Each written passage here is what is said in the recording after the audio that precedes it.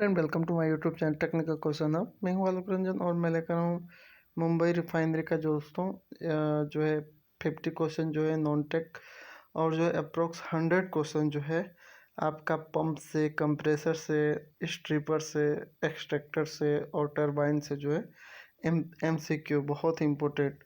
इससे पहले मैंने जो है पंप पे और कंप्रेसर पे और जो है वॉल पे या आप कह लो कि स्ट्रिपर से, इस पे भी वीडियो ऑलरेडी मैं डाल दिया था, उसे आप देख लीजिएगा।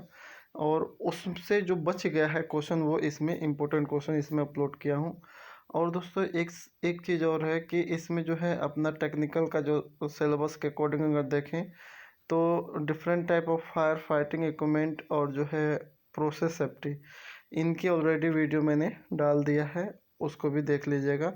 बाकी ये सिलेबस के अकॉर्डिंग नेक्स्ट वीडियो है। तो चलिए सबसे पहले जनरल नॉलेज देखते हैं। जनरल नॉलेज का पहला क्वेश्चन कह रहा है दोस्तों, the study of inland water is known as. Inland मतलब जो वहीं जो है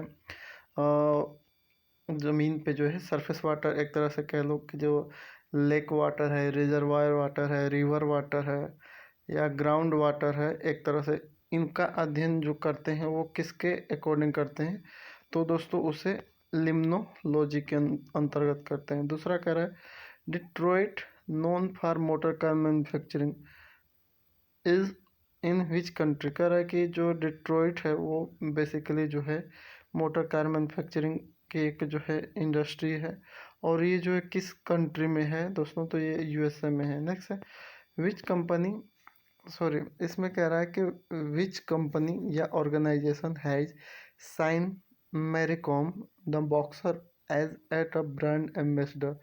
यानी कि किसने जो है मैरी कॉम को अपना ब्रांड एम्बेसडर चुना है, तो BSNL ने चुना है दोस्तों। नेक्स्ट है who is the chairman of security exchange board of India.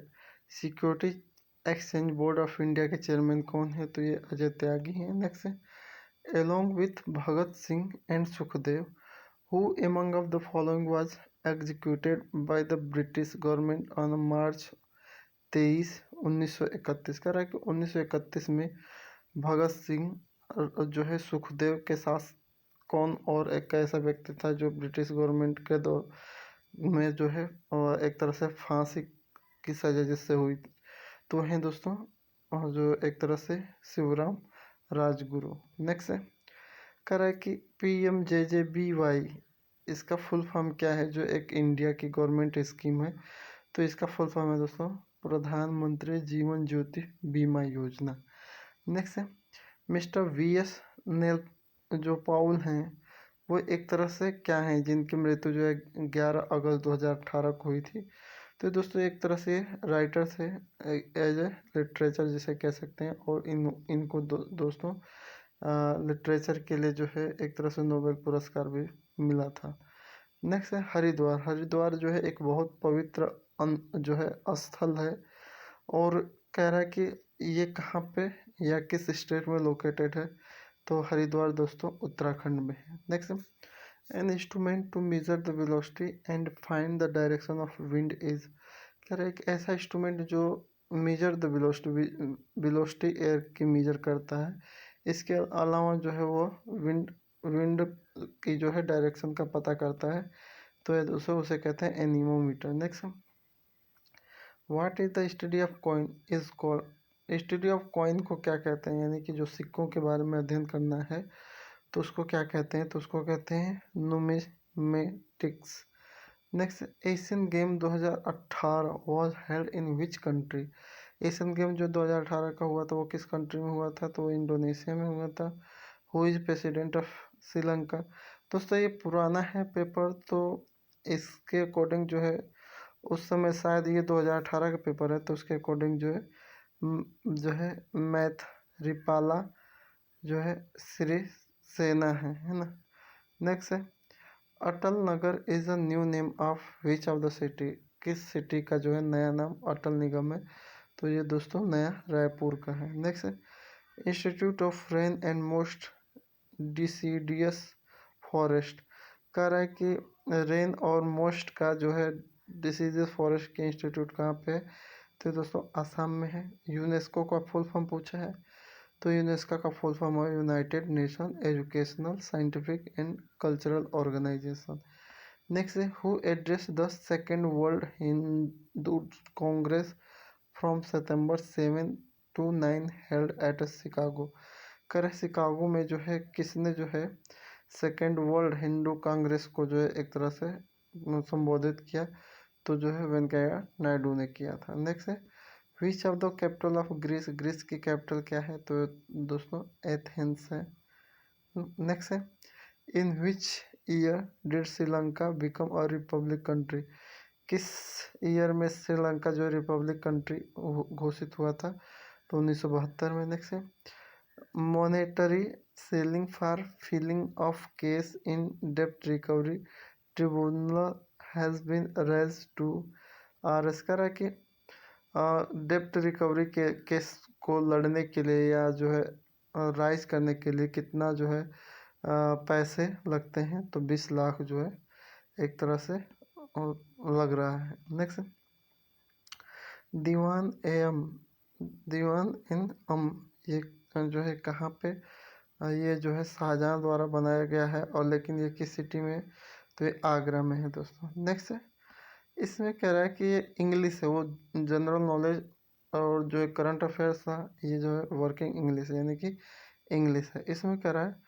कि इसमें जो है करेक्ट स्पेल्ड वर्ड को आपको चुनना है, जिसमें मैक्सिमाइज का है, इलोबोरेट का है, एनोनिम्स का है और मेंसुमेरेजा का है ना। तो अगर हम देखें इसमें सबसे करेक्ट वर्ड जो है, करेक्ट स्पेलिंग, वह है दोस्तों एनोनिम्स। एनोनिम्स का मतलब जो है हैकर समूह, जो हैक करने का ग्रुप होता है, उसके स्पेलिंग बहुत ही करेक्ट है एनोनिम्स। इसके अलावा जो है आपको दे रखा है इलोबोरेट, इलोबोरेट की सही स्पेलिंग अगर देखा जाए तो ELABORAT, इलोबोरेट। इलोबोरेट का मतलब होता है एक्सप्लेन करना, जैसे 3 इडियट में कहता है कैन यू एलोबोरेट, यानी कि जैसे मशीन की उसने डिफिनीशन पूछा था तो डिफाइन किया था, तो उस वही कहा था, तो उसमें भी ये वर्ड आया कि कैन यू एलोबोरेट, क्या आप जो इसे विस्तार में बताएंगे। इसके अलावा जो मैक्सिमाइज का भी मतलब वही होता है विस्तार में बताना, लेकिन उसकी स्पेलिंग होती है MAXIMISC, मैक्सिमाइज विस्तार में। उसके अलावा जो है आपका दिया है मेसमेराज, मेसमेराज का मतलब होता है झूम उठना, जिसके सही स्पेलिंग होते हैं MESMERIZED होता है। नेक्स्ट क्वेश्चन करा इंग्लिश का, करा है कि एक्सक्लूड का जो है एक तरह से बेस्ट मीनिंग, सिमिलर मीनिंग एक तरह से क्या है, तो एक्सक्लूड का मतलब होता है शामिल करना, और इसका जो है शामिल इसका जो है word that best express in meaning, तो इसमें जो है शामिल करना का मतलब होता है आपका एक्सक्लूड का मतलब होता है शामिल न करना, है ना, शामिल न करना। और एलिमिनेट का मतलब भी वही होता है कि शामिल न करना, यानी कि निकाल ही देना ना। तो एलिमिनेट और एक्सक्लूड दोनों एक तरह से बेस्ट एक्सप्रेस कर रहे हैं एक तरह से as a similar. Next question है सेडेंटरी। सेडेंटरी दोस्तों ये एक ऐसा क्वेश्चन है जो बहुत ही कंफ्यूजन वाला है, क्योंकि अगर देखें इसमें जो है सिनोनिम ढूंढने की हम कोशिश करें तो सेडेंटरी का मतलब होता है एक तरह से जिसमें व्यक्ति देर तक बैठा रहे, यानी कि इनएक्टिव। इनएक्टिव यानी कि उसे क्या कहते हैं, लेजी कहते हैं। तो लेजी होना चाहिए, लेकिन इसमें एक्टिव पे लगा है, तो चलिए छोड़े जो भी है, इसमें लेजी होना चाहिए। नेक्स्ट क्वेश्चन करें क्रिटिसाइज। क्रिटिसाइज का मतलब होता है आलोचना करना, और आलोचना करना का जो है एंटोनिम क्या है, यानी कि विलोम क्या होगा, तो लाउड। लाउड मतलब होता है प्रशंसा करना। नेक्स्ट है इसमें करें correct spelled word, bacteria, virus, virus, flower. तो इसमें वायरस की स्पेलिंग जो होती है VIRUS होती है, वायरस, ये करेक्ट है। इसके अलावा बैक्टीरिया, बैक्टीरिया की स्पेलिंग जो होती है BACT जो है और TERIA बैक्टीरिया होता है। इसके अलावा अगर फ्लावर के देखें तो FLOWERS होता है, FLOWERS, ये V लिखा है ना, तो इसलिए ये गलत हो जाएगा। नेक्स्ट क्वेश्चन कह रहा है कंबाइंड का जो है सिमिलर क्या होगा। कंबाइंड मतलब होता है कि दो या दो से अधिक वस्तु को जोड़ना, ज्वाइन का मतलब भी जोड़ना। नेक्स्ट है all the student enjoy a lot the holiday. इसमें जो फिल इन द ब्लैंक में क्या भरा जाएगा, तो ड्यूरिंग द हॉलीडे हो जाएगा। All the student enjoy a lot during the holiday. Next है all these worker has been working in our form. ये कह रहा है कि ऑल, ये जितने भी लोग हैं वो हमारे फॉर्म में 2005 से क्या कर रहे हैं, वर्क कर रहे हैं। तो इसमें सिंस आएगा, फार आएगा, क्या आएगा, तो इसमें सिंस आएगा क्योंकि उसमें टाइम फिक्स दे रखा है 2005। नेक्स्ट क्वेश्चन कह रहा है कि इसमें कह रहा है कि इसमें करेक्ट स्पेल्ड वर्ड को चुनना है। टेम्बल, किचन, स्पून और वेसल। तो वेसल का एकदम करेक्ट है, बाकी जो है इनकरेक्ट स्पेलिंग है। पीक का कह रहा है एंटोनिम क्या होगा, तो पीक का एंटोनिम दोस्तों बॉटम। पीक मतलब सबसे ऊंचा, चोटी। बॉटम मतलब सबसे नीचा। नेक्स्ट है चूज द बेस्ट एंटोनिम। इसमें फारगेट का एंटोनिम पूछ रहा है, तो फारगेट मतलब भूल जाना, रिकॉल मतलब याद रखना। नेक्स्ट है choose the word that best express in meaning of word. Regard, regard का जो है एक तरह से सिमिलर पूछा है आपको। तो रिगार्ड का मतलब होता है एक तरह से आपका रिगार्ड मतलब कि वही शामिल करना, जिसका वही मतलब उसका यही हो जाएगा कि कंसीडर करना, मतलब ध्यान देना है ना, उसके अकॉर्डिंग। नेक्स्ट क्वेश्चन है, कह रहा है कि he was late to the class so he was scold the teacher. कह रहा है कि वह जो है स्कूल में लेट आया, जिसकी वजह से उससे स्कोल्ड मतलब डांट पड़ना होता है, जिसमें उससे बाय द टीचर, वो टीचर से डांट सुना, बाई आ जाएगा इसमें, बी वाई। नेक्स्ट है all people consider him a great leader. इसमें आर्टिकल कौन सा भरा जाएगा, ए भरा जाएगा, और ग्रेट लीडर। नेक्स्ट है dash Mount Everest is the highest peak in the world. तो इसमें कोई भी आर्टिकल नहीं यूज होगा, Mount Everest is the biggest या highest peak in the world, है ना। नेक्स्ट है इट बीइंग, तो जो है एस्पेसियस डे, एस्पेसियस डे मतलब होता है शुभ, शुभ दिन, है ना। तो इट बीइंग एन, एन आ जाएगा, ए आगे है तो इसलिए ये एन आ जाएगा। तो जो है शुभ दिन, the beginning the project work. Next है choose the word that best express commute. Commute का मतलब कि आना जाना, यानी कि ट्रेवल, यानी कि इसका सिमिलर क्या हो जाएगा, ट्रेवल हो जाएगा। नेक्स्ट है द अंपायर वॉज, तो इसमें द आ जाएगा, the last person to leave the field, इसमें आर्टिकल द आ जाएगा। नेक्स्ट है सेल्फिश, सेल्फिश का एंटोनिम पूछा है, तो सेल्फिश का एंटोनिम क्या हो जाएगा दोस्तों, जनरस। जनरस मतलब जो है एक तरह से आपका जो दूसरों के लिए जो है समर्पित होता है। नेक्स्ट है आपका क्वेश्चन कह रहा है कि क्वेश्चन नंबर 20, इसमें कह रहा है कि इसमें करेक्ट स्पेल्ड वर्ड जो है, जो भी है उसे छांटना है, यानी कि जिसकी स्पेलिंग करेक्ट है।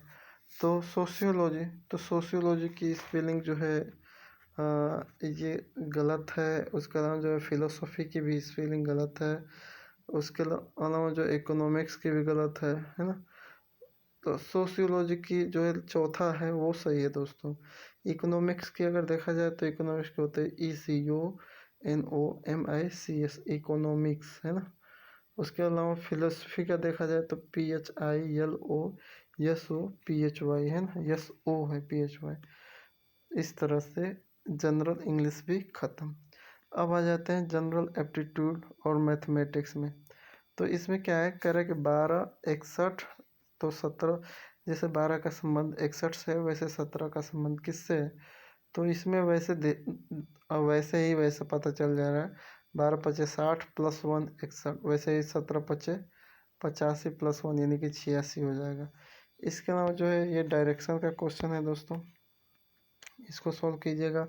कह रहा है कि जो कार्तिक है वो 3 मीटर जो है साउथ की तरफ वॉक किया, देन टेक राइट, उसके बाद वो राइट टर्न हुआ और 2 मीटर वॉक किया, then turn right and walk 3 minute, फिर वो राइट वो जो है मुड़ा, फिर 3 मीटर जो है वॉक किया, फिर finally turn toward his left, और अब वो जो है लेफ्ट जो है मुड़ा और 4 मीटर वॉक किया। तो कह रहा है कि now how far he is he from the starting point. अब वो अपने स्टार्टिंग पॉइंट से कितने मीटर दूरी पे है, तो इसका करेक्ट आंसर 6 मीटर आएगा। नेक्स्ट है T is the daughter of W, और डब्लू क्या है, who is the sister of M, M की वो सिस्टर है। फिर कह रहा है कि यम जो है who is wife of L, M जो है एल की वाइफ है। और अब कह रहा है कि how is L related to T, तो एल जो है टी से कैसे रिलेट कर रहा है, तो दोस्तों अंकल है उसका। नेक्स्ट है if in a word magistrate all the consonant जो है all the consonant are replace by the previous letter in alphabet and all the vowels are replaced by the next letter, then they are arranged in a alphabetical order.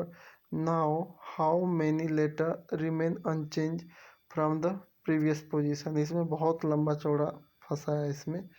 एक तो कह रहा है कि magistrate में जितने भी कांस्टेंट हैं हमारे, उनको जो है प्रीवियस लेटर में क्या कर दें, इंटरचेंज कर दो और उनको अल्फ़ाबेटिकल ऑर्डर में रखो, ठीक है। उसके बाद कह रहा है कि सभी वोवेल को जो है रिप्लेस करके उनका नेक्स्ट लेटर लिखो, और फिर जो है अब सबको जो है अल्फ़ाबेटिकल ऑर्डर में रखो एज ए डिक्शनरी ऑर्डर में। फिर अब पता कीजिए कि कितने लेटर ऐसे हैं जो अपने स्थान पे ही रहे, उनमें कोई चेंजेस नहीं हुआ, कोई पोजीशन उनका चेंज नहीं हुआ। तो दोस्तों 4 ऐसे मिलेंगे। नेक्स्ट है EHKN के बाद क्या आएगा, तो ये बहुत ही सिंपल है। ई के बाद एच है, यानी कि EFGH, यानी +3 करके बनेगी इसकी सीरीज। कोड को जैसे TPVSC लिखा जाता है, स्केट को कैसे लिखा जाएगा, बहुत ही इसको सॉल्व कर लीजिएगा। अब ये जो है 12H 16F 21D 27B ये है, तो इसमें क्वेश्चन मार्क की जगह क्या आएगा, तो 9J आएगा। नेक्स्ट कह रहा है कि Usha ride at a speed of 60 metre per second, what will the distance after 1.5 hour of the journey. बहुत ही ईजी है इसमें। कह रहा है उषा जो है 60 मीटर पर सेकेंड के हिसाब से राइड कर रही है, और जो है एक अगर वो 1.5 घंटे जर्नी की तो कितना डिस्टेंस कवर की, तो बस 60 इंटू 1.5 करेंगे तो जो वैल्यू आएगी उसको 18/5 से डिवाइड करके जो है एक तरह से किलोमीटर पर हावर में चेंज कर देंगे, तो आपकी वैल्यू 324 आ जाएगी। नेक्स्ट कह रहा है कि किसी सर्टेन कोड में सर्च को जो है SAESCR लिखा जाता है, तो रिमन को ये बस इधर से उधर घुमाया, इसको सॉल्व करेंगे तो ऑप्शन नंबर ए आएगा। कह रहा है कि 1 जनवरी 2023 को ट्यूसडे था, तो 31 दिसंबर 2037 को क्या आएगा, तो उस दिन भी ट्यूसडे आएगा। Next find the average of 5 conjugative odd number from 19 से लेके जो है 5 जो कंजुकेटिव नंबर आपको निकालना है, फिर उसका एवरेज जो है निकालना है, तो सॉल्व करेंगे तो 23 आएगा। नेक्स्ट है कह रहा है कि 35% of 45% of number is 630, find the value of the number. कह रहा है कि इसमें से कोई नंबर है, ऑप्शन में से ही आप चुनिए, उसका जो है पहले 35% निकालिए, फिर उसका 45% निकालिए, देखिए 630 आ रहा है तो वही करेक्ट है, तो ये 4000 आएगा। सेम वैसे ही 1,20,000 का 12% निकालना है तो कितना आएगा, तो ये ऑप्शन नंबर सी आएगा, 14,400 है ना। नेक्स्ट क्वेश्चन है क्या है, what would be the number of people in a city if 35% of total people in a city is. इसमें कुछ नहीं करना है, इन 4 ऑप्शनों में से देखना है कि किसका 35% हमारा 10,500 आ रहा है, बस वही आपका सॉल्व हो जाएगा ऑप्शन नंबर बी से ही। नेक्स्ट है onto can finish the job in 18 days and Jay can finish the same job 90 days. How many days will they require to complete the entire work if they work together? बहुत simple है, 15 आएगा, दोनों एक साथ मिलकर काम करे तो कितने दिन में पूरा होगा, वही वाला है ना। नेक्स्ट क्वेश्चन कर रहा है the cost of school bag is increase by 30% and decrease by 40%, find the profit या लॉस परसेंट। बहुत ईजी है दोस्तों, जब इंक्रीज कर रहा है तो 100 + 30 यानी 130, और जब डिक्रीज करेगा तो 40%, 130 का 40% निकाल दीजिएगा। फिर जो वैल्यू आएगी उसमें 130 से उतना घटा देंगे, तो फिर जो है ओवरऑल जो वैल्यू आएगी उसमें 100 से उतना माइनस करेंगे, तो वहीं 22 निकल के आएगी। नेक्स्ट है, Tina is facing west, she turn right, then turn left and finally turn right, now she is facing which direction. वही कह रहा है कि जो टीना का जो है पश्चिम की तरफ मुंह करके खड़ी थी, फिर वो राइट घूमी, फिर वो लेफ्ट घूमी, फाइनली वो राइट घूमी, तो अब उसका चेहरा किस दिशा में है ना, तो इसका ऑप्शन नंबर जो है बी है, नॉर्थ। नेक्स्ट है, correct the average weight of 7 weight bag is 150 kg। जो है 7 बैग का जो एवरेज वेट है वो 150 kg था। फिर कह रहा है कि find the average weight of same 7 weight bag when each weight bags weight increase by 35 kg। अब जो है 150 kg का पहले था, अब उसमें प्रत्येक बैग में 35 kg और ऐड कर दिया गया, तब उसका एवरेज पूछ रहा है, तो 150 ही आएगा। यह दोस्तों बहुत ही सिंपल है। फाइंड द वैल्यू ऑफ के पे क्यू माइनस एल पे क्यू इफ के माइनस एल बराबर 2, के स्क्वायर 36, एल स्क्वायर बराबर 16 और के एल बराबर 24। बहुत ही ईजी है, फार्मूला पे लगा के उसकी वैल्यू बस रखते जाएगा, आ जाएगा। 729 माइनस 15 प्लस 35 प्लस 7 गुणे 3, इसका जो है क्या आएगा, ये भी बहुत ईजी है, कोई दिक्कत नहीं है।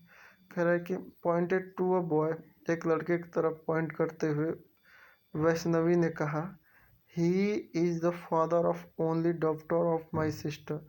वह he is father of only daughter of my sister, वह जो है मेरी बहन के बेटी का जो है पिता है। तो एक तरह से उसका रिलेशन क्या हुआ, तो ब्रदर इन लॉ हुआ है ना। नेक्स्ट है, the cost of school bag increase by 30 and decrease by 40, find the profit या लॉस परसेंट। बहुत ईजी है, 22 आएगा। वहीं आ गया क्या, सॉरी, अब हाँ ये है क्वेश्चन। कह रहा है कि find the odd letter X U V S T U R S P M N J, इसका जो है इसमें कौन सा ओड लेटर है, तो इसमें एन जे है ना। कैसे उसको सॉल्व करेंगे तो पता चल जाएगा। 495, 132, 452, 275, 286 और जो है 891, इसमें अल्टरनेटिव में ओड नंबर क्या है, तो दोस्तों 452 है। नेक्स्ट है, कह रहे कि how many such digit are there in a number, इतना दिया है, each of which remain in its original position when all the right are arrange the descending order with in the number from left to right. अब कह रहा है ये number है, अब इनको जो है डिसेंडिंग ऑर्डर में जो है करना है, तो कितने ऐसी संख्या हैं जो अपने स्थान पे ही रहेंगे, अपनी सेम पोजीशन पे ही रहेंगे, वो चेंज नहीं होंगे, तो उसमें से जो है एक है दोस्तों। इसमें भी वैल्यू मांग रहा है P square minus Q square का, और दे रखा है पी प्लस क्यू की वैल्यू 24 और पी माइनस क्यू की वैल्यू जो है 4 है।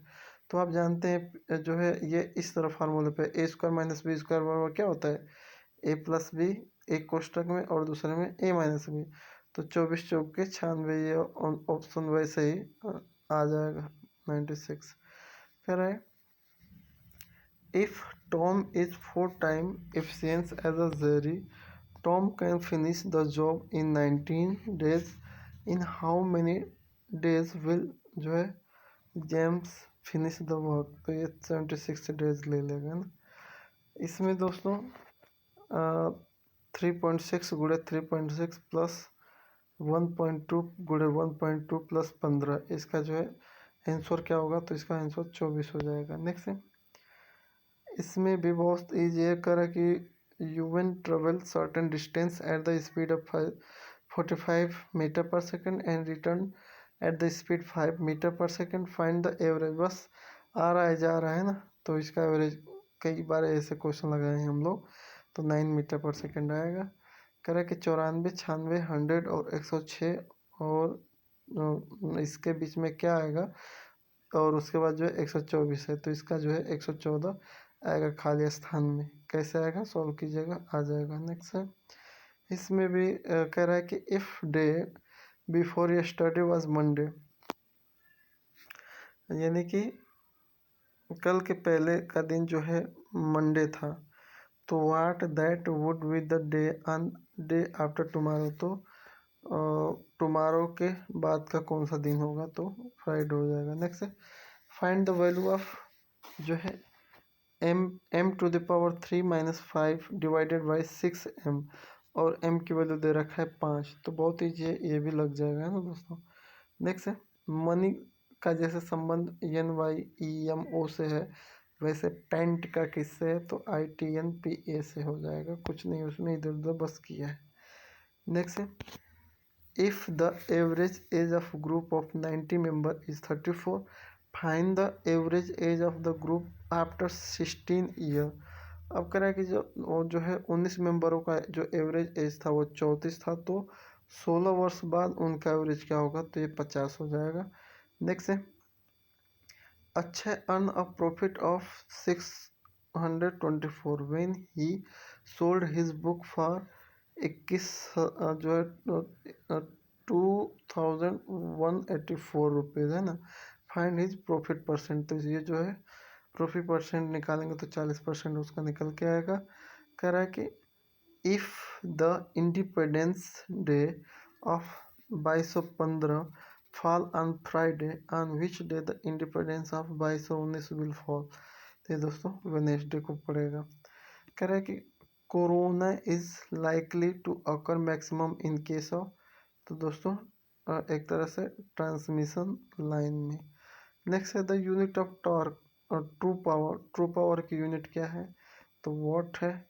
करें कि two residential register of the resistant 4 ohms each are connect series में है, तो टोटल रेजिस्टेंस तो ये 8 हो जाएगा, कोई दिक्कत नहीं है इसमें।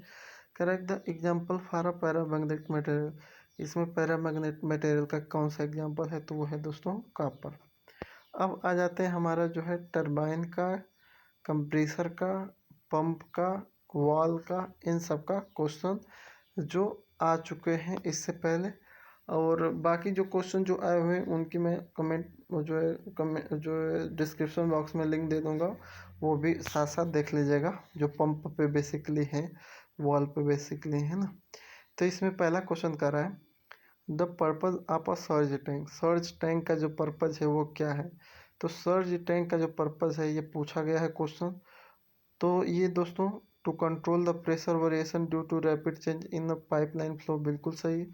To eliminate water hammering possibility, बिल्कुल सही है। To torque flow water to turbine by providing necessary retarding head of water, यह भी सही है, यानी ऑल ऑफ दिस इसका सही है। सर्ज टैंक एक ऐसा टैंक है जो लाइन में जो है हैमरिंग से, वाटर हैमरिंग से बचने के लिए यूज किया जाता है ना। कह रहा है a nozzle is generally made of, तो नोजल जो है एक तरह से कन्वर्जेंट शेप में बनी होती है। Power required to drive a centrifugal pump is directly proportional to cube power of the diameter, यानी कि D⁻³ है ना। ये क्वेश्चन सारे आए हुए हैं दोस्तों। नेक्स्ट है mechanical efficiency of impulse turbine, impulse turbine की जो मैकेनिकल एफिशिएंसी का फार्मूला क्या है, तो जो है मैकेनिकल एफिशिएंसी अगर इम्पल्स टर्बाइन की देखें तो ratio of the actual power produce by the turbine upon energy imparted to the wheel, ठीक है। नेक्स्ट है discharge of centrifugal pump is, जो है डिस्चार्ज जो है सेंट्रीफ्यूगल पंप का वो इन्वर्सली प्रोपोर्शनल होता है डायमीटर के स्क्वायर का, है ना। नेक्स्ट है the speed of turbine runner is directly proportional to, जो है एच पे √H कह सकते हैं एक तरह से। नेक्स्ट है discharge of centrifugal pump directly proportional to speed कह सकते हैं ना, एन के। डिस्चार्ज जो है एन के यानी स्पीड के डायरेक्टली प्रोपोर्शनल होता है। Next slip of reciprocating pump क्या होता है, तो स्लिप ऑफ रेसिप्रोकेटिंग पंप होता है difference of theoretical discharge and actual discharge, actual discharge और थ्योरेटिकल डिस्चार्ज का जो डिफरेंस है वही स्लिप ऑफ रेसिप्रोकेटिंग पंप कहलाता है। Next the efficiency of a centrifugal pump will be maximum when blade are bent backward में रहेगा, तो सेंट्रीफ्यूगल पंप का जो है एक तरह से एफिशिएंसी मैक्सिमम मिलेगी। Next multi stage centrifugal pump are use to produce, तो मल्टी स्टेज सेंट्रीफ्यूगल पंप का यूज हम जो है प्रोड्यूस हाई हेड करने के लिए यूज करते हैं। Next the specific speed of centrifugal pump जो है delivery 810 litre of water per second against head of 16 metre at 725 RPM. इसमें स्पेसिफिक स्पीड पूछ रहा है ना। तो स्पेसिफिक स्पीड यानी एन एस इक्वल टू होता है हमारा जो है N under root Q upon H पे 3⁴। तो इसमें जो है एन एस हमें निकालना है, क्यू की वैल्यू दे रखा है 810 है ना, और जो है 810 लीटर पर सेकंड जिसे हम कन्वर्ट करेंगे तो 0.81 मीटर क्यूब पर सेकंड हो जाएगा। एच की वैल्यू दे रखा है 16 मीटर, एन की वैल्यू दे रखा है 725 आरपीएम है ना। तो बस इसी पर सॉल्व करेंगे तो 81.56 आएगा। ये क्वेश्चन आ चुका है। नेक्स्ट है which pump is prefer for flow control and irrigation application. इसमें जो है फ्लो कह रहा हूँ, फ्लड कंट्रोल जो है बाढ़ वगैरह को कंट्रोल करने के लिए किस पंप का यूज हम करते हैं, या इरिगेशन एप्लीकेशन के लिए तो एक्सियल फ्लो पंप का। नेक्स्ट है the unit discharge through the turbine is, जो है टरबाइन से जो है यूनिट डिस्चार्ज अगर निकालना है तो उसका फार्मूला क्या है, तो unit discharge Q upon under root H, unit speed N upon under root H, unit power जो है पी और अंडर जो है एच पे 1.5। कह रहा है कि the discharge of double acting reciprocating pump, double acting reciprocating pump का जो है डिस्चार्ज निकालने का जो फार्मूला है वो क्या है, तो 2 LAN अपन 60 2 लाख 60 होता है। नेक्स्ट है which turbine prefer for 0 to 25 metre head of water, तो उसमें दोस्तों कैप्लान टर्बाइन है। Overall efficiency of reaction turbine की ओवरऑल एफिशिएंसी कितनी होती है, तो ये होते हैं दोस्तों power produce by the turbine तथा energy actually supply by the turbine, turbine को जो एनर्जी सप्लाई की गई वो।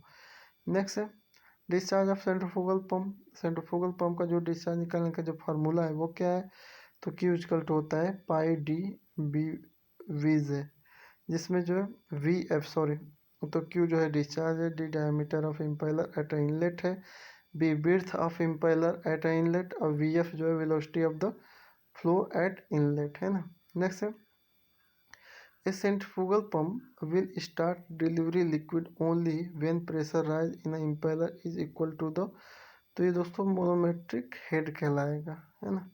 नेक्स्ट है Francis turbine is use when the available head of water is, तो 25 मीटर से 250 मीटर तक का अगर वाटर का हेड है तो वहाँ फ्रांसिस टर्बाइन का यूज करते हैं। नेक्स्ट है और hydraulic coupling belong to category of, जो हाइड्रोलिक कपलिंग है वो किसकी कैटेगरी से बिलोंग करती है, तो ये एनर्जी ट्रांसफर मशीन है एक तरह से।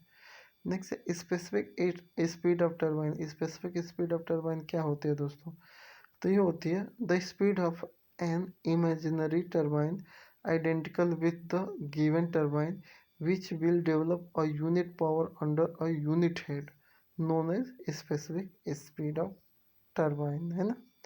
नेक्स्ट है for centrifugal pump impeller the maximum value of the vane exit angle, कह रहा है कि सेंट्रीफ्यूगल पंप में जो इम्पेलर का जो है maximum value of when exit angle है वो कितना होता है, तो 20 डिग्री से 25 डिग्री के बीच होता है। नेक्स्ट है manometric head is case of centrifugal pump, अगर हम निकालें मोनोमेट्रिक हेड सेंट्रीफ्यूगल पंप का तो उसका फार्मूला क्या होता है, total head at outlet minus total head at inlet.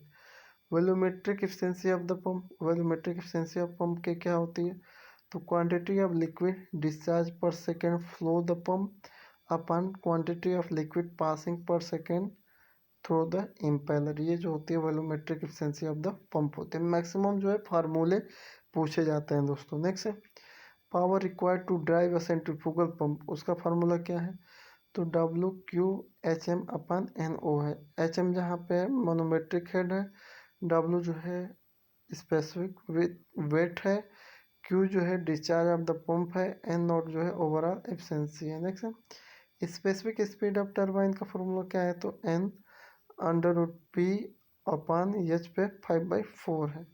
Overall efficiency of a centrifugal pump, centrifugal pump का ओवरऑल एफिशिएंसी का फॉर्मूला क्या है, तो ये होता है दोस्तों actual work done by the pump upon energy supplied to the pump by the prime mover. Next, hydraulic efficiency of the reaction turbine का जो हाइड्रोलिक एफिशिएंसी कितनी होती है, तो work done on a wheel upon energy supply to the turbine, यानी कि work done on a wheel upon energy supply to the turbine का ratio हमारा कहलाता है hydraulic efficiency of the reaction of the turbine. Next, in order to avoid cavitation the centrifugal pump suction pressure should be, तो ये high होना चाहिए। Next, which pump is generally use to pump highly viscous fluid, screw reciprocating centrifugal, तो highly viscous fluid के लिए जो है screw pump basically design होता है। Next, in a reciprocating pump air vessel are use to reduce, तो acceleration head को reduce करने के लिए हम जो है एयर वेसल जिसे डैम्पनर भी कहते हैं प्रोवाइड कराते हैं। Next, the power saving in case of single acting reciprocating pump, जो सिंगल एक्टिंग रेसिप्रोकेटिंग पंप होते हैं उसमें पावर सेविंग मैक्सिमम कितना तक होता है, तो 84.8%। नेक्स्ट है the relation between hydraulic efficiency, mechanical efficiency and overall efficiency, इनमें क्या रिलेशन है, तो एन नॉट इजकल टू होता है एन एच इंटू एन जो है एम, है ना, जो इन तीनों का रिलेशन है। नेक्स्ट है in centrifugal pump the water enter the impeller radially and leave the vents axially, ये क्वेश्चन कई बार आ चुका है दोस्तों। नेक्स्ट है which type of pump is different from the other in a same group, करें स्क्रू पंप है, गियर पंप है, पिस्टन पंप है और प्लंजर पंप है, इन चारों में से जो है कौन सा डिफरेंट है और इसमें से कौन सा है, तो प्लंजर जो है इन सबसे ओड है ना। नेक्स्ट है delivery head of a centrifugal pump is directly proportional, तो स्पीड के स्क्वायर यानी इंजन स्क्वायर होता है। नेक्स्ट है suction pipe is a long and delivery pipe is a short and pump is a running at a high speed, इसमें कह रहा है कि slip of reciprocating pump is negative, कह रहा है जो स्लिप होता है रेसिप्रोकेटिंग पंप का अगर वो नेगेटिव है तो ये कब नेगेटिव होगा, तो कह रहा है when suction pipe is long and delivery pipe is a short and pump is running at a high speed, इस केस में जो है स्लिप जो है नेगेटिव होगी। नेक्स्ट है स्लिप क्या है वो मैं बताया ही हूँ पीछे जो है क्वेश्चनों में। नेक्स्ट है which pump is successfully use for the lifting water from deep well, कह रहा है कि कुओं से जो पानी निकालने के लिए कौन सा पंप जो है बेटर है, तो वो दोस्तों एयर लिफ्ट पंप है। नेक्स्ट है मोनो जो है mechanical efficiency of the centrifugal pump, अगर सेंट्रीफ्यूगल पंप की मैकेनिकल एफिशिएंसी निकालनी है तो उसका फार्मूला क्या है, तो energy available at a impeller energy supply to the impeller by the primary mover का है।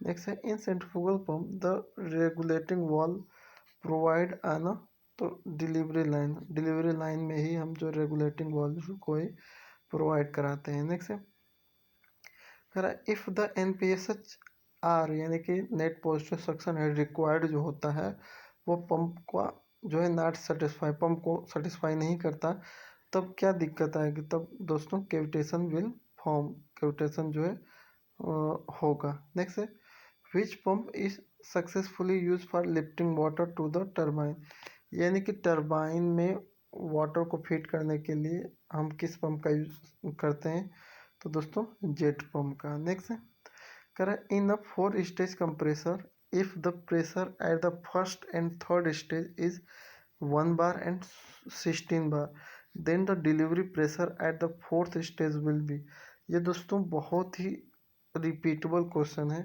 इसमें करा है कि जैसे 4 स्टेज का हमारे पास जो है कोई भी कंप्रेसर है जिसका प्रेशर बता दिया कि फर्स्ट स्टेज का 1 बार है, तीसरे स्टेज का 16 बार है, अगर पूछ रहा है फोर्थ स्टेज का प्रेशर कितने बार होगा तो उसको निकालना है आपको। तो इसका रिलेशन होता है के इक्वल टू हमारा होता है P2/P1 equal to P3/P2 equal to P4/P3, ठीक है। तो इसमें P1 की वैल्यू दे रखी है, P3 की वैल्यू दे रखी है, तो दोनों में से P1 जो है पहले रिलेशन में P1 की वैल्यू दे रखी है 1 इक्वल टू P3 यानी P3 की वैल्यू दे रखी है 16 और P2 की वैल्यू नहीं रखी है कोई भी वैल्यू, तो P2 का क्या हो जाएगा, P2 स्क्वायर हो जाएगा, इधर 16 × 1 यानी 16 हो जाएगा, तो P2 करेंगे तो अंडर 16 हो जाएगा, तो P2 की वैल्यू क्या हो जाएगी 4 आ जाएगी। अब हमें किसका निकालना है, P4 की। तो हमें P3 की मिल गई, P2 की मिल गई, P3 की मिल गई और P4 की निकालनी है। तो वही वाले फार्मूले में बस रख लीजिए यहाँ पे देखिए सारी वैल्यू। तो P3/P2 इजकल टू P4/P3।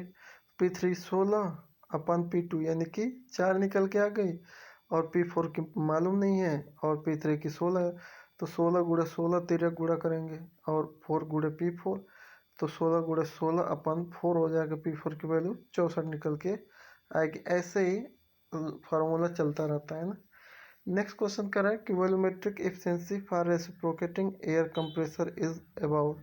जो एफिशिएंसी की बात करते हैं वॉल्यूमेट्रिक एफिशिएंसी की रेसिप्रोकेटिंग एयर कंप्रेसर की, वो 70 से 90% तक होती है। नेक्स्ट है the maximum temperature in a gas turbine. Gas turbine का मैक्सिमम टेम्परेचर कितना होता है, तो 700 डिग्री होता है। Next in instantaneous pressure rise in centrifugal compressor take place in.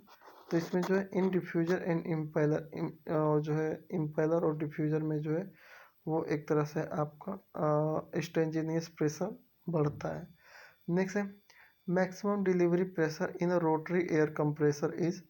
तो रोटरी एयर कंप्रेसर का मैक्सिमम डिलीवरी प्रेशर 10 बार होता है। नेक्स्ट है the capacity of a compressor is express. Capacity अगर कंप्रेसर की निकालते हैं तो मीटर क्यूब पर मिनट में निकालते हैं। Intercooling in multi stage compressor is done. तो कह रहा है इंटरकूलिंग का मतलब हम मल्टी स्टेज कंप्रेसर में क्यों करते हैं। तो दोस्तों जो है एक तरह से मल्टी स्टेज कंप्रेसर में इंटरकूलिंग का यूज करते हैं ताकि जो है to minimize the work of compressor. Compressor का वर्क मिनिमाइज हो जाए या उसका पावर जो है मिनिमाइज रहे, है ना। कंप्रेस करने की जो पावर है वो मिनिमाइज रहे। Next the ratio of work done per cycle to the stock volume of a compressor known as. तो इसे मीन इफेक्टिव प्रेशर कहते हैं। Next the type of rotary compressor use in a gas turbine. Gas turbine में किस type का rotary compressor use करते हैं, तो एक्सेल फ्लो टाइप का। Next the volume of air deliver by the compressor is called. तो उसे compressor की कैपेसिटी कहेंगे। नेक्स्ट है rotary compressor are use for delivering. तो ये रोटरी कंप्रेसर जो है large quantity of air at a low pressure. Low pressure कम रहेगा लेकिन क्वांटिटी लार्ज रहेगी। नेक्स्ट है gas turbine as compare to the steam turbine. तो ये दोस्तों गैस टरबाइन जो है स्टीम टरबाइन की अपेक्षा क्या क्या कर इसका फ़ायदा है। एक तो required less space for installation. दूसरा हैज़ जो है has compress and combustion chamber and जो है less has a less efficiency, यानी ऑल ऑफ दीज इसके सही है। नेक्स्ट है intercooling in a gas turbine increase. तो दोस्तों net output but decrease thermal efficiency. ये भी क्वेश्चन रिसेंटली पूछा गया है। नेक्स्ट है कंप्रेशन रेशियो गैस टरबाइन की कितनी होती है, अगर ऑर्डर में देखें तो 8:1 होती है। नेक्स्ट है the compression ratio for compressor is always more than. तो ये एक से ज़्यादा होनी, कंप्रेशन रेशियो हमेशा जो है एक से ज़्यादा होनी चाहिए। नेक्स्ट है temperature of a gas at end of compressor as compare to the exhaust gases in a gas turbine क्या होती है, लोअर होती है।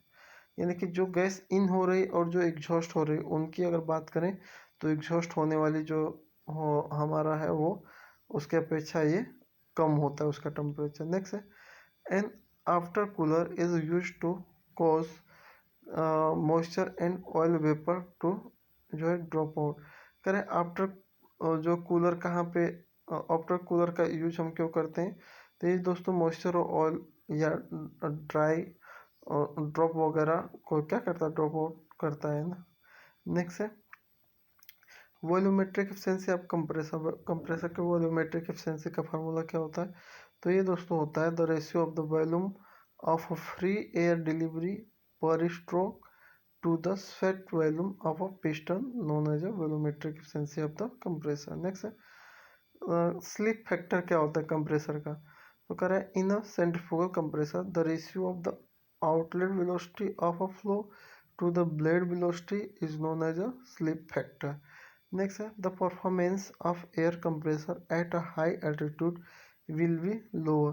कह रहा है कि जो कंप्रेसर का एयर कंप्रेसर का परफॉर्मेंस है हाई एल्टीट्यूड पर क्या हो जाएगा, कम हो जाएगा, जबकि सी लेवल पे ज़्यादा होगा। Next, the compressor capacity will be highest if the temperature of intake air is lower. कह रहा है कि यदि जो एयर इन हो रही है, सक्शन ले रहा है जहाँ पे कंप्रेसर, अगर उसका टेम्परेचर कम है तो कंप्रेसर का जो है कैपेसिटी बहुत ही हाईएस्ट हो जाएगी, बहुत ज़्यादा होगी। Next, overall efficiency of compressor air system is in ratio of. Overall efficiency की बात करें कंप्रेसर की, तो ये दोस्तों shaft output of the air motor to the shaft input to the compressor, ये इन दोनों की रेशियो हो जाएगी। Next, a close cycle gas turbine work on.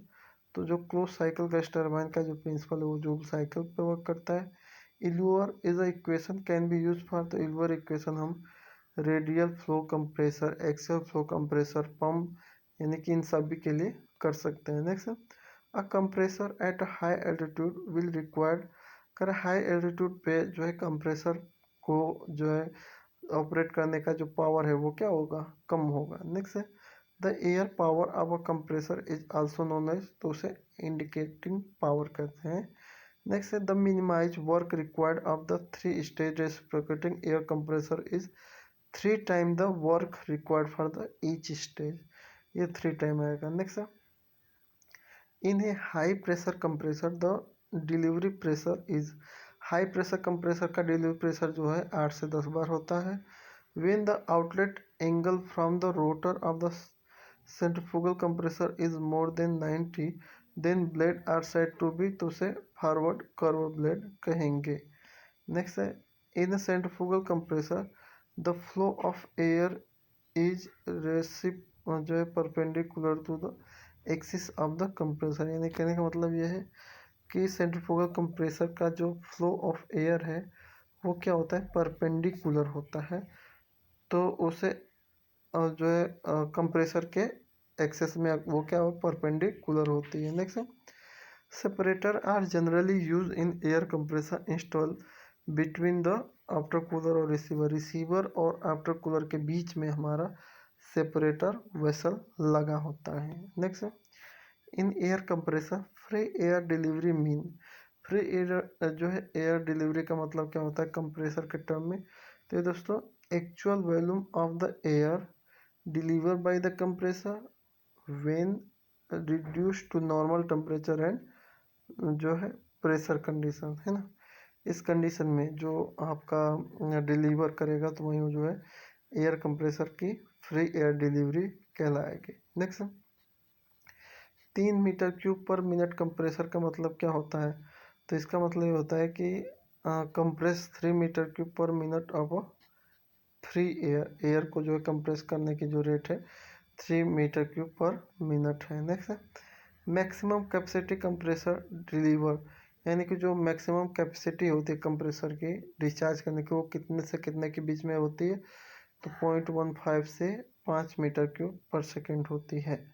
Next है अगर सेकेंड की बात है, अगर उसका वो कर लीजिए 60 से मल्टीपल कर लेंगे तो कितना ये जो है हावर में आ जाएगा, है ना। Next, in a close cycle gas turbine the air is compressed isentropically, यानी कि जब क्लोज साइकिल में गैस टरबाइन में जो है एयर जो कंप्रेस होती है वो इसेंट्रोपिकली होते हैं। इसेंट्रोपिकली मतलब जिसमें एंट्रोपी कांस्टेंट रहे। नेक्स्ट है if the clearance ratio for a reciprocating air compressor is के देन इट्स वॉल्यूमेट्रिक एफिशिएंसी क्या हो जाएगी, तो 1 + k - k P2/P1 पे 1/H हो जाएगी। Next, standard air is the air at 1 bar and 20 degree and relative humidity उसकी कितनी रहेगी, तो 36% रहेगी, है ना। यानी कि स्टैंडर्ड एयर में जो है क्या क्या प्रॉपर्टी होती है, स्टैंडर्ड एयर की जो है 1 बार प्रेशर होता है, 20 डिग्री टेम्परेचर होता है और उसमें रिलेटिव ह्यूमिडिटी 36% होती है। Next the capacity of compressor is defined as. Capacity की बात करें कंप्रेसर की तो वो जो रेशियो होती है volume of air deliver by the compressor, जितने वॉल्यूम ऑफ एयर जो है डिलीवर हो रहा है कंप्रेसर से वही उसकी कैपेसिटी कहलाएगी। नेक्स्ट है in N1 and N2 are indicate of compressor of the first and second stage of the compression, then ratio of work done on a first and second stage W1 upon W2 with perfect intercooling is given by। तो ये दोस्तों W1 upon W2 is equal to हो जाएगा N1 अपन N2। लेकिन जो है यहीं पे कंफ्यूजन होती है याद रखने के लिए, N2 -1 होती है और N1 -1 होता है ना। नेक्स्ट क्वेश्चन की बात करें तो कह रहा है कि the volumetric efficiency of compressor decrease जो है कब, with increase in compression ratio. Compression ratio बढ़ने के साथ साथ उसका वॉल्यूमेट्रिक एफिशिएंसी क्या होती है, डिक्रीज होती है। नेक्स्ट है reheating in a multi stage expansion gas turbine decrease compression work.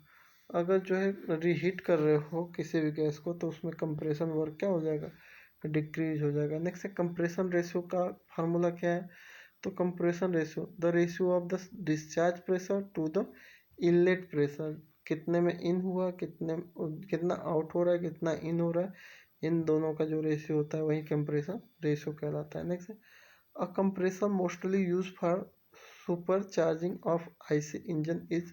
तो दोस्तों सुपर आईसी इंजन के लिए जो है रेडियल फ्लो कंप्रेसर का यूज होता है। Next the work done on a compressor will be minimum if air is taken from.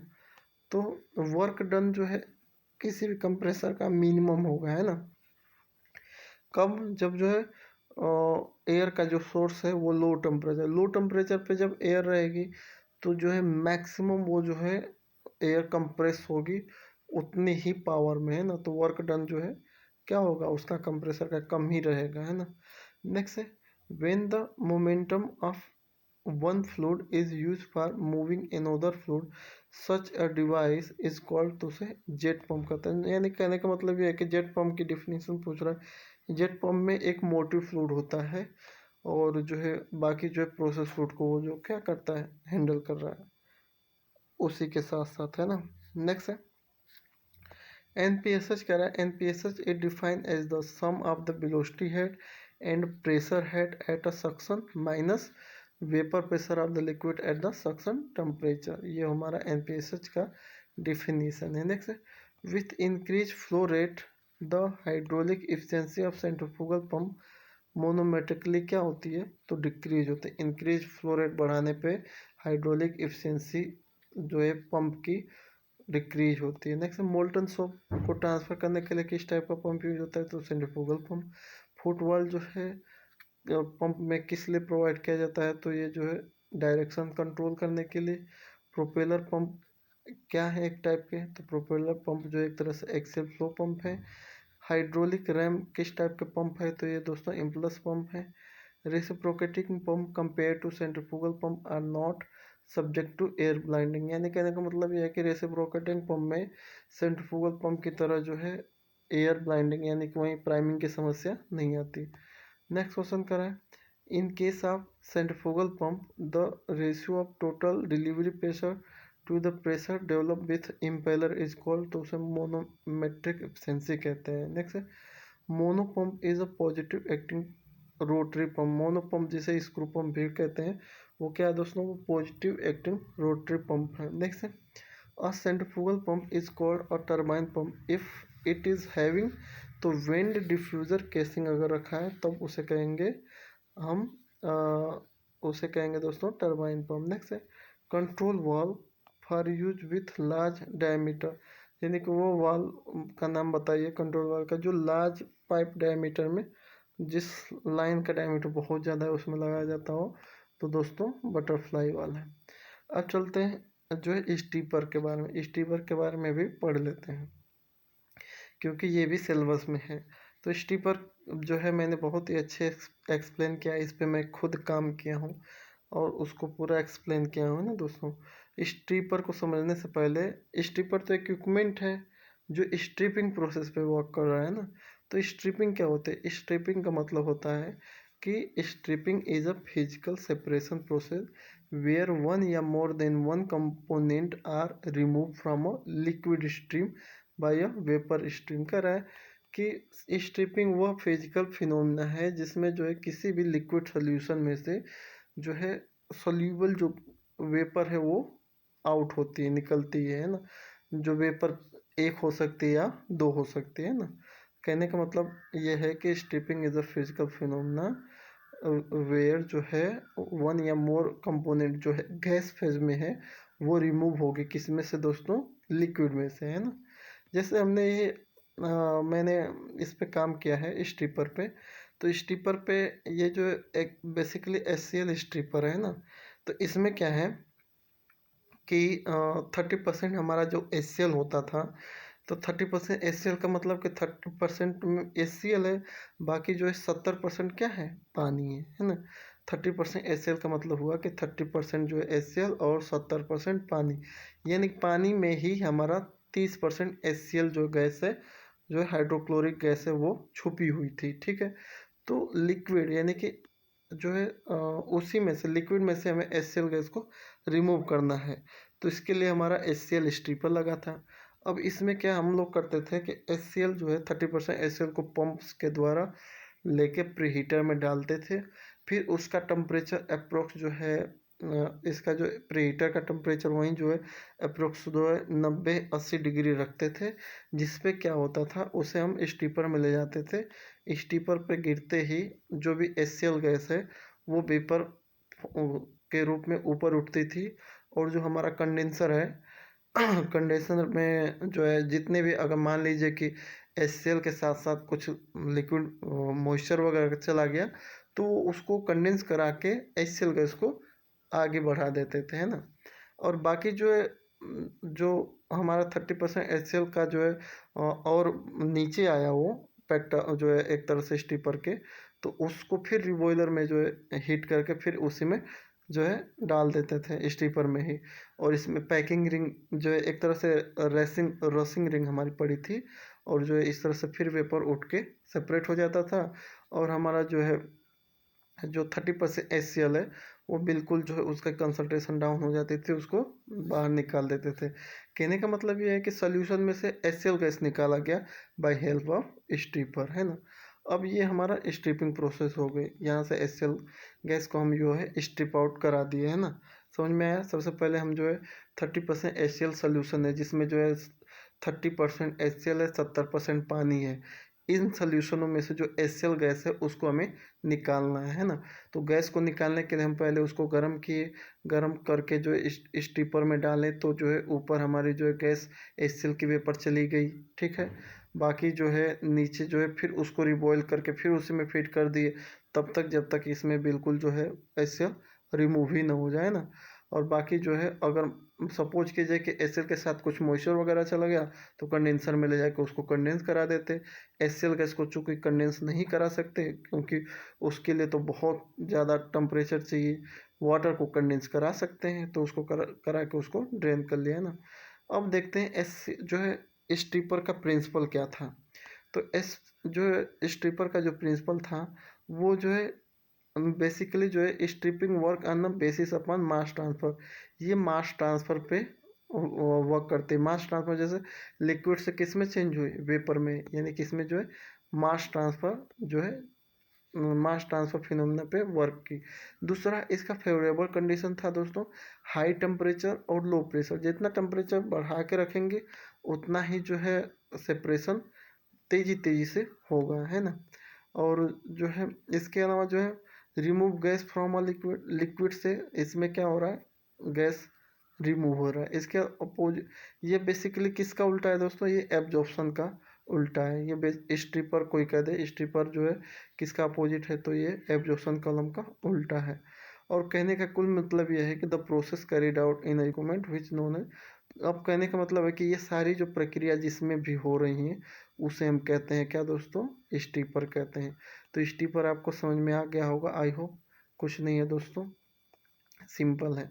अब आते हैं एक्सट्रैक्टर। एक्सट्रैक्टर क्या होता है, तो technique of removing one component from a solid.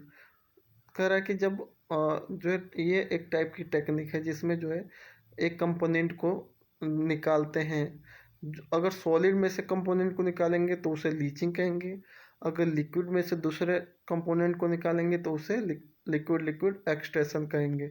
Bye mean of liquid solvent, by use of जो है solvent, कहने का मतलब यह है कि एक्सट्रैक्शन एक ऐसी फिनोमिना है, ऐसी टेक्निक है जिसमें से हम जो है एक कंपोनेंट को सॉल्वेंट का यूज करके, थर्ड कंपोनेंट जिसे सॉल्वेंट कहते हैं, उसका यूज करके उसको सेपरेट आउट करना होता है। किसी भी जो है चाहे वो सॉलिड हो चाहे वो लिक्विड हो, उसमें से कोई एक कंपोनेंट आपको निकालना है बाय हेल्प ऑफ सॉल्वेंट, तो वो सारी प्रक्रिया एक्सट्रैक्शन कहलाएगी।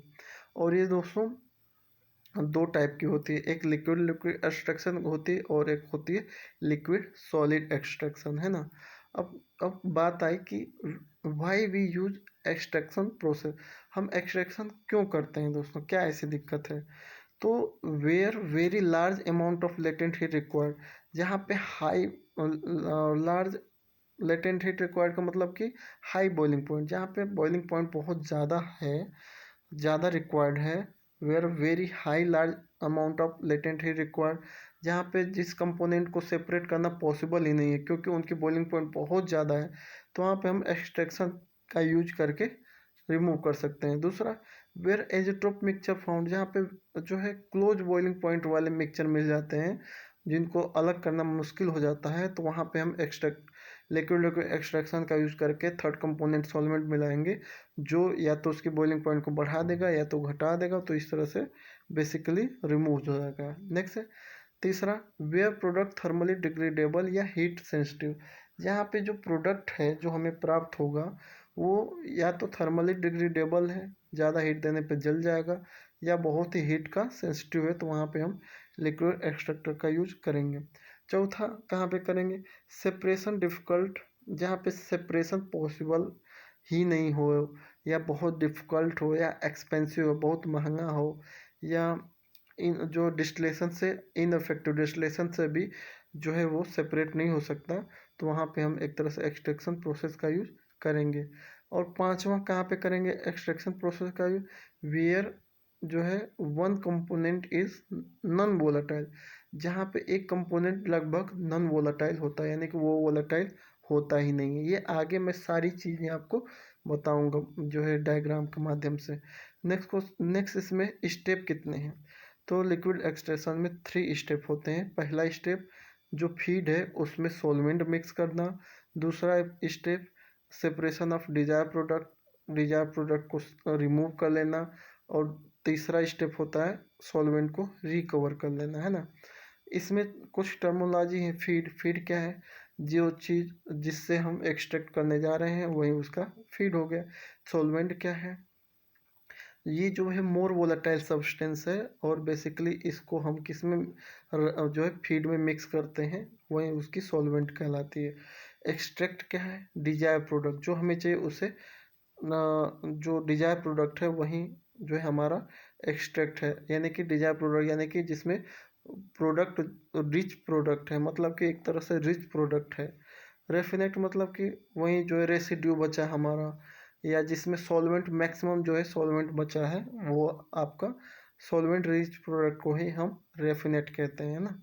अब इसमें जो है कुछ चीज़ें हैं जो एग्जाम में आती हैं, जैसे सॉल्वेंट का सिलेक्शन करने के लिए क्या क्या पॉइंट हमें चाहिए, तो सेलेक्टिविटी या सेपरेशन फैक्टर हाई होना चाहिए, एक से ज़्यादा होना चाहिए, रिकवरेबिलिटी ज़्यादा होनी चाहिए, डिस्ट्रीब्यूशन कोफिशिएंट एक से ज़्यादा होना चाहिए, डेंसिटी उसकी ज़्यादा होनी चाहिए। किसके दोस्तों, ये सारे सॉल्वेंट की प्रॉपर्टी बता रहे हैं ना। इंसोल्युबिलिटी ऑफ सॉल्वेंट क्या होनी चाहिए, ज़्यादा होनी चाहिए। इंटरफेसियल टेंशन क्या होना चाहिए, ज़्यादा होना चाहिए। केमिकल स्टेबिलिटी या इनर्ट नेचर उस जो सॉल्वेंट का ज़्यादा होना चाहिए। कोरोजिव कम होना चाहिए। सॉल्वेंट शुड बी चीप या लेस एक्सपेंसिव, बहुत ही सस्ता होना चाहिए सॉल्वेंट। नॉन सॉल्वेंट जो है नॉन टॉक्सिक या नॉन फ्लेमेबिलिटी होनी चाहिए। सॉल्वेंट जो है लो विस्कस होना चाहिए, लो उसकी फ्रीजिंग पॉइंट होनी चाहिए, है ना, ये सब। अब यहाँ पे हम एलएलई यानी कि लिक्विड लिक्विड एक्सट्रैक्टर की बात करेंगे। बहुत ये मैंने प्लांट में अपने काम किया हूँ तो इसको हैंडल किया हूँ, इसलिए जो है इसको बहुत ही सिंपल भाषा में आपको समझा दूंगा, है ना दोस्तों। जैसे ये हमारा लिक्विड लिक्विड एक्सट्रैक्टर था, ये हमारा, ये बेसिकली जो है बीच में पैकिंग भरी हुई है, जहाँ पे मल्टीपल का निशान बनाया हुआ देख रहे हो आप ना। तो इसमें हम क्या करते थे कि जो है 95% TEA यानी कि ट्राई एथिलोमाइन जो है इसको क्या होता था, इसमें 5% मॉइस्चर होता था, यानी कि 95% टी होता था, 5% मॉइस्चर होता था।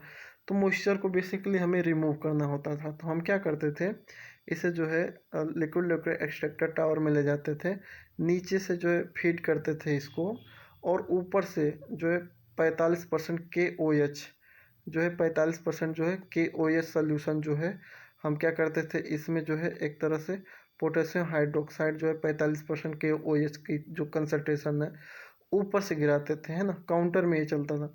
ऊपर से सॉल्वेंट गिरा जो 45% KOH है, जो कंसनट्रेटेड है, और नीचे से हमारा जो फीड हो रहा है 95% TEA, जिसमें जो है 5% मॉइस्चर है। हमें मॉइस्चर को रिमूव करना है एक तरह से। तो हम क्या करते हैं, जैसे ऊपर से इसको गिराए, नीचे से इधर से भेजे, तो हमारा जो KOH है 45% KOH, वो पानी को पाके क्या होता है, डाइल्यूट हो जाता है, और जो डाइल्यूट मतलब पतला हो जा रहा है, और नीचे से 40% हमारा KOH जो है डाइल्यूट, जिसे रेफिनेट कहते हैं, वो जो है हमारा मिल जाता है।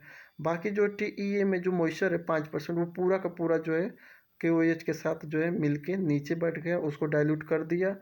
इसमें कोई रिएक्शन नहीं हुई, यहाँ पे बस डाइल्यूट हो गया है हमारा 45% KOH क्या हो गया, डाइल्यूट होकर 40% हो गया, नीचे मिल गया, ठीक है। बाकी जो है TEA में जो मॉइस्चर है वो बिल्कुल ख़त्म, वो चला गया जो है दूसरे जो है टैंक में ले लिए। 99% TEA हमें जो है एक तरह से एक्सट्रैक्ट, जिसे डिजायर प्रोडक्ट कहेंगे, उसको रख लिया। ये हम करते हैं। अब इसमें टर्मिनोलॉजी समझते हैं। यहाँ पे मैंने पहली कंडीशन बोली थी कि जहाँ पे एजेट्रोप मिक्सचर होता है वहाँ पे हम एक तरह से जो है एक्सट्रैक्टिव लिक्विड लिक्विड एक्सट्रैक्टिव का यूज करते हैं। तो यहाँ पे अगर देखेंगे आप, जो ट्राई इथाइल एमीन की जो बॉइलिंग पॉइंट है वो 89 यानी कि 90 डिग्री मान के चलिए। वाटर के क्या है, वो 100 की डिग्री। तो यहाँ पे एक तरह से ये दोनों एजेट्रोप मिक्सचर बना रहे थे, है ना। तो जब एजेट्रोप मिक्सचर बना रहे थे दोनों, तो उस केस में हम क्या करेंगे कि जब हीट करेंगे तो दोनों साथ साथ वेपराइज होंगे, दोनों साथ साथ कंडेंस होंगे। तो इसीलिए हमने क्या किया कि KOH सोल्यूशन ऊपर से डाल दिया, और वो क्या किया कि जो है 5% मॉइस्चर को लेके डाइल्यूट होके नीचे मिल गया, और हमारा TEA का जो है 99% प्योर हमारा ऊपर से हमें प्राप्त हो गया। इसमें अगर आप देखेंगे बॉइलिंग पॉइंट जो है, मैंने कहा ना कि इसमें जो है एक कंपोनेंट जो है नॉन वोलाटाइल भी हो सकता है या मोर वोलाटाइल, कुछ भी। तो इसमें बॉइलिंग पॉइंट के देखेंगे, वाटर के 100 है, ट्राईथाइलेमीन के 89 है, नॉन वोलाटाइल एक तरह से कह सकते हैं 45% के OH का। अगर इसकी बॉइलिंग पॉइंट देखेंगे तो 1327 डिग्री। तो ये हमारा लिक्विड लिक्विड एक्सट्रैक्टर LLE जो है हमारा, ये था लिक्विड लिक्विड एक्सट्रैक्टर। अब चलते हैं लिक्विड सॉलिड एक्सट्रैक्टर के बारे में। लिक्विड सॉलिड एक्सट्रैक्टर, इस पे भी मैंने काम किया है दोस्तों। इसमें बेसिकली क्या होता है, इसे बहुत आप सिंपली समझ जाएंगे। इसमें क्या है, इसमें क्या है कि आप मस्टर्ड जो सरसों के दाने हैं उनको आप एक्सपेलर में ले जाते हो, फिर एक्सपेलर से जो है तेल जो है निकल आता है। बाकी जो बचता है आपकी जो है गम्स, जिसे खली कहते हैं, है ना। तो उस खली में 19% मस्टर्ड ऑयल होता है। तो उस खली जो है हमारा क्या है, बेसिकली सॉलिड फेज में है, ठीक है। तो सॉलिड में से लिक्विड को निकालना है, यानी उस खली में से, उस गम्स में से हमें 19% जो सरसों का तेल है वो छुपा हुआ है, उसको निकालना है, यानी कि सॉलिड में से लिक्विड को निकालना है। तो सॉलिड लिक्विड एक्सट्रैक्शन, जिसे लीचिंग भी कहते हैं, तो उस पे हमने काम किया था। तो जो खली आती थी जो मस्टर्ड ऑयल की, उसको एक जो टैंक में डाल देते थे पूरा, फिर उसमें हम मिलाते थे सॉल्वेंट। सॉल्वेंट क्या मिलाते थे दोस्तों, हेक्सेन मिलाते थे, हेक्सेन। अब थोड़ा देख लेते हैं, बॉइलिंग पॉइंट मस्टर्ड ऑयल की कितनी होती है, 180 के आसपास होती है। बॉइलिंग पॉइंट हेक्सेन की कितनी होती है, 69 डिग्री होती है। और गम्स, गम्स तो नॉन वोलेटाइल है, वो तो एकदम जो है सॉलिड है, वो तो जलेगी ही नहीं, उसकी कोई बॉइलिंग पॉइंट ही नहीं होती है। तो हम क्या करते थे कि सॉलिड में से लिक्विड निकालना है, यानी कि वही खली जो है, खली में से हमें तेल निकालना है। 19% जो मस्टर्ड ऑयल अभी भी छुपा है उसको निकालना है। तो उसको हम क्या किए, वेसल में डाल दिए पूरा, फिर इसमें हेक्सेन मिला दिए। हेक्सेन जैसे मिलाए तो उसमें से जो तेल है वो हेक्सेन के साथ मिलकर अलग हो गया, सॉल्वेंट के साथ मिलकर तेल जो है अलग हो गया मस्टर्ड ऑयल का। उसको क्या किया हम, जो है दूसरे वेसल में ले लिए। ये 24 घंटे छोड़ देते हैं तो पूरा का पूरा जो तेल है गम्स में से निकल जाता है और जो उसको हम किस में ले लेते हैं, दूसरे टैंक में। बाकी जो खली खली बची उसको हम दूसरे टैंक में क्या है डंप कर लिए, यहाँ पे रेफिनेट के रूप में। इसमें 1% के आसपास अब तेल रह गया उस गम्स में, सरसों के गम्स में, है ना। तो अब क्या हुआ कि अब जिसमें जो है हमारा जो है मस्टर्ड ऑयल 18% मस्टर्ड ऑयल हो गया, प्लस जो है हेक्सेन भी जा रहा है ना। तो ये दोनों दूसरे टैंक में यहाँ पे देखिए मैंने ले लिया। और बाकी इसमें क्या किया, हम हीट दी, टेम्परेचर दिया, 100 डिग्री की स्टीम मारी। तो क्या हुआ कि पूरा का पूरा जो हेक्सेन जो है उड़ के कंडेंसर में चला गया और फिर कंडेंसर में कंडेंस होके फिर यहीं जो है रीयूज हो गया, है ना। बाकी जो है मस्टर्ड ऑयल जो है गर्म होगा ही नहीं। क्यों नहीं होगा दोस्तों, क्योंकि उसका बॉइलिंग पॉइंट जो है 180 के आसपास है। तो उसको जो है एज ए एक्सट्रैक्ट यानी डिजायर प्रोडक्ट के रूप में हम नीचे से रीयूज कर लिए, प्योर सब्सटेंस के रूप में ले लिए, है ना दोस्तों। तो यही सब चीज़ें हैं। अब इसमें क्या क्या है वही चीज़ हम देखते हैं यहाँ पे दोस्तों। सॉलिड में से लिक्विड को हम तेल जो है, सॉलिड जो है सरसों की गम्स थी उसमें से किसको निकाले, सरसों के तेल को निकाले, है ना। और उसमें जो है सॉल्वेंट क्या था, हेक्सेन यूज़ किया। और जो है उसमें जो है एज ए एक तो नॉन वोलाटाइल हमारा क्या है और गम्स है ना। तो ये सारी प्रक्रिया हम लोग करते हैं और ये जो है बहुत समझने के लिए बहुत बेसिक है आपका।